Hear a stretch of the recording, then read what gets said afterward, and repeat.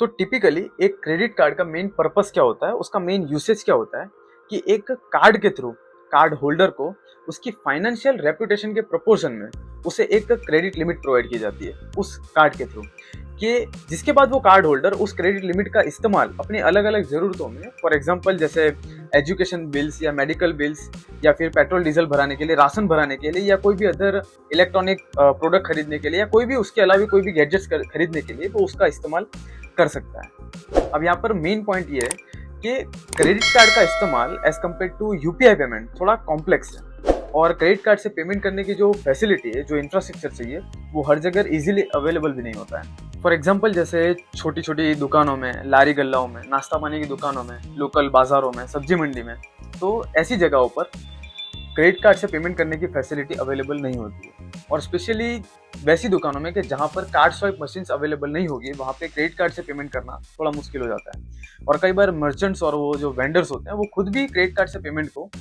Accept नहीं करते, उन्हें प्रेफर नहीं करते हैं, क्योंकि ऐसा करने से उनको उनके प्रॉफिट का कुछ हिस्सा क्रेडिट कार्ड कंपनीज को देना पड़ता है, कि जिसे एमडीआर कहा जाता है, मतलब मर्चेंट डिस्काउंट रेट कहा जाता है। तो अब यहाँ पर इंडियन गवर्नमेंट ने एक गेम चेंजिंग रिवॉल्यूशन पास किया, कि जिसकी गाइडलाइन में ये परमिशन दी गई कि रुपे क्रेडिट कार्ड को, मतलब जैसे वीजा कार्ड होता है, मास्टर कार्ड होता है, जो मोस्ट पॉपुलर कार्ड्स हैं, उसी तरह से एक Indian card company RuPay card. तो आरबीआई के अकॉर्डिंग रुपे क्रेडिट कार्ड को यूपीआई से लिंक किया जा सकता है। और वैसे भी अब ये यूपीआई तो ऑलमोस्ट वर्ल्ड फेमस हो गया है, मतलब एक बेहतरीन इंस्टेंट पेमेंट सॉल्यूशन है। फॉर एग्जांपल सामने वाली पार्टी के सिर्फ मोबाइल नंबर से या उसके क्यूआर कोड को स्कैन करके या उसकी यूपीआई आईडी से हम सामने वाली पार्टी को इंस्टेंट पेमेंट ट्रांसफर कर सकते हैं या तो फिर एक्सेप्ट कर सकते हैं। बट यहाँ पर अब तक शर्त ये थी कि ये जो यूपीआई ट्रांजेक्शन है, जो पेमेंट सिस्टम है, ये हमारे बैंक अकाउंट से लिंक्ड रहता था।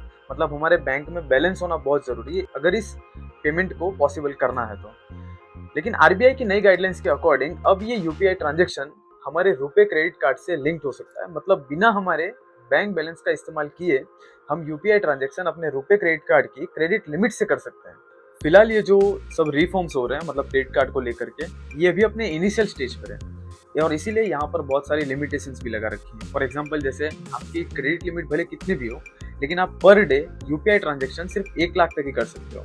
और दूसरी लिमिटेशन यहाँ पर ये है कि आप अपना यूपीआई ट्रांजेक्शन क्रेडिट कार्ड के थ्रू सिर्फ मर्चेंट को ही कर सकते हो। मतलब उसके अलावा जो पर्सन टू पर्सन होता है, जो कार्ड टू कार्ड होता है, जो कैश विड्रॉल की फैसिलिटीज होती है, वो सब अभी अवेलेबल नहीं है। और इस रिफॉर्म्स के अपने कुछ फ़ायदे भी हैं। फॉर एग्जांपल जैसे एक इंस्टेंट एफर्टलेस ट्रांजेक्शन पॉसिबल हो पाता है, रिस्क फैक्टर एकदम कम हो जाता है। फॉर एग्जांपल जैसे ये जो यूपीआई ट्रांजेक्शन का प्रोसेस है, ये मल्टी फैक्टर ऑथेंटिकेटेड है, और इसके अलावा आपको फिजिकल क्रेडिट कार्ड को कैरी करने की भी ज़रूरत नहीं रहती है। और इसीलिए क्रेडिट कार्ड का जो अनऑथराइज्ड एक्सेस है उसे भी कंट्रोल किया जा सकता है। जो मिडिल पार्टीज हैं उनका इन्वॉल्वमेंट कम से कम हो जाता है। एक्चुअली इसका मेन पर्पज ही यही है कि डिजिटल पेमेंट सिस्टम को एक स्टेप और ऊपर ले जाया जा सके, ऑनलाइन पेमेंट प्रोसीजर को स्मूथ, हैसल फ्री और हाई सिक्योरिटी के साथ कंप्लीट किया जा सके। और इसके अलावा ये जो बाहर की क्रेडिट कार्ड कंपनीज हैं जैसे वीज़ा और मास्टर कार्ड, ये एज अ मिडल मैन एक मोटा पैसा बाहर लेकर जा रही थी। तो इसके जगह रुपे जो इंडियन कार्ड कंपनी है, वो हो सकता है आने वाले समय में इंडियन क्रेडिट कार्ड इंडस्ट्री को रूल कर सकती है। तो अब आते हैं कि ऐसे कौन सी प्रॉब्लम्स हैं जो इस नए रिफॉर्म्स के साथ एसोसिएटेड हो सकती हैं।